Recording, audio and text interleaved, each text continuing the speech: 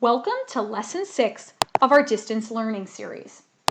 Today, we're going to analyze what happened in yesterday's simulation. You'll need a pencil, today's journal slip, and your science journal. If you have access to a printer, you might want to be placing these slips in your journal. It's a way to help you stay organized.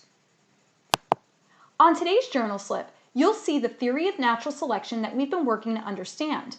This theory was actually developed by a man named Charles Darwin, one of the most influential scientists of all time. Darwin came to develop his idea through careful observations. You know what?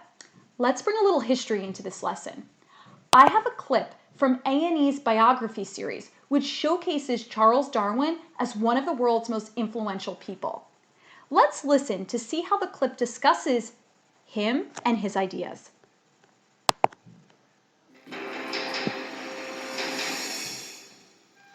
He trained to be a doctor, but couldn't stand watching surgery. He studied to be a clergyman, but that didn't work out either. Instead, he ended up shocking the world with an idea, an hypothesis of where we all come from.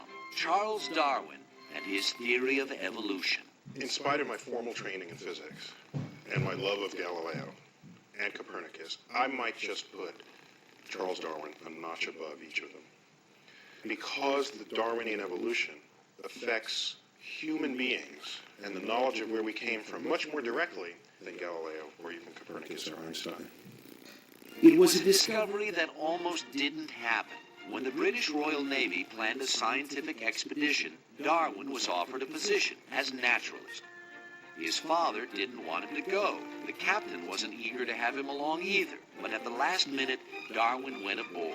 As the HMS Beagle traveled down the coast of South America, the young man marveled at the incredible variety of plants and animals he saw. Here was an individual who fundamentally looked at the world. He didn't have elaborate instrumentation. He wasn't looking out at the stars. He wasn't looking with a microscope into the cell. He was just looking. It was while observing the birds of the Galapagos Islands that Darwin made his most famous discovery. He counted 13 different types of finch on separate islands, some with long beaks, some with short ones, all sorts of variations. He wondered if nature had, over generations, adjusted the finches in varying ways to cope with their surroundings. He began to come up with the idea of natural selection, that species tend to perish if they're not well adapted to their environment, and they tend to thrive and reproduce if they are. It was, Darwin reasoned, the survival of the fittest, or the swiftest, the one with the longest neck or sharpest beak. Over thousands and thousands of years, that was the way species evolved. Darwin kept researching until he was 50. In 1859, he finally published Origin of Species, which laid out his theory of evolution.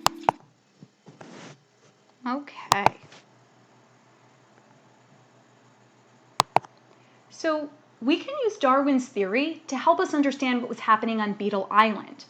I want you to pause this screencast now, think about what we did yesterday in the simulation, and answer the 3 analysis questions on your slip. I'll wait for you.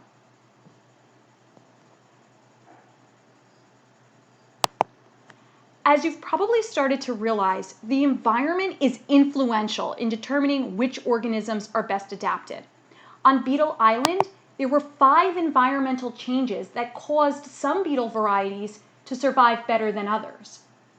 Hey, that's it. Natural selection is nature's way of selecting which organisms live and die. But the environment can change quickly. So even if one organism is well adapted in the current environment, that could change, and the same organism could be least adapted in the next moment. You should have explained one of these instances on your journal slip for question number 2. But Beetle Island is playing out in real life. I want you to check this out for a moment. I'm going to click here, which is going to bring us out to a research article from Science. And recently, I mean pretty recently if you look at the date, researchers have discovered that this jewel beetle uses its gleaming turquoise color to camouflage. Now, Scientists, if you read here, actually used to think that the shiny and appealing color was to attract mates. But in a study conducted with birds and iridescent worms, researchers found that birds were up to 3 times less likely to find worms that were iridescent. This finding suggests that iridescent can actually work as camouflage, just like it did with our beetles on Beetle Island. Pretty cool, right? If you want, you can come back and look at this article. You can see the title of the article. The shiny beetle is a case. The shiny beetle case is a surprising form of camouflage.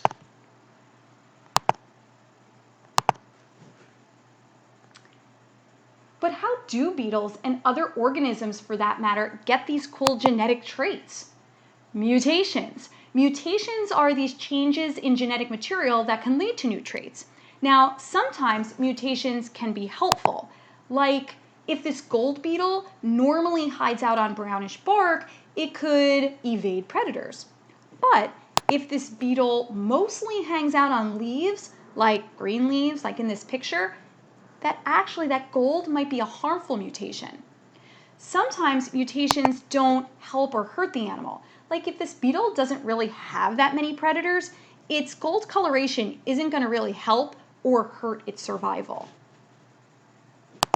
Mutations are the raw material needed to bring variety into the population. We'll discuss mutations more in depth in the coming lessons. But for today, I need you to submit your completed journal slip, hard copy or digital. Until then, keep thinking and keep learning.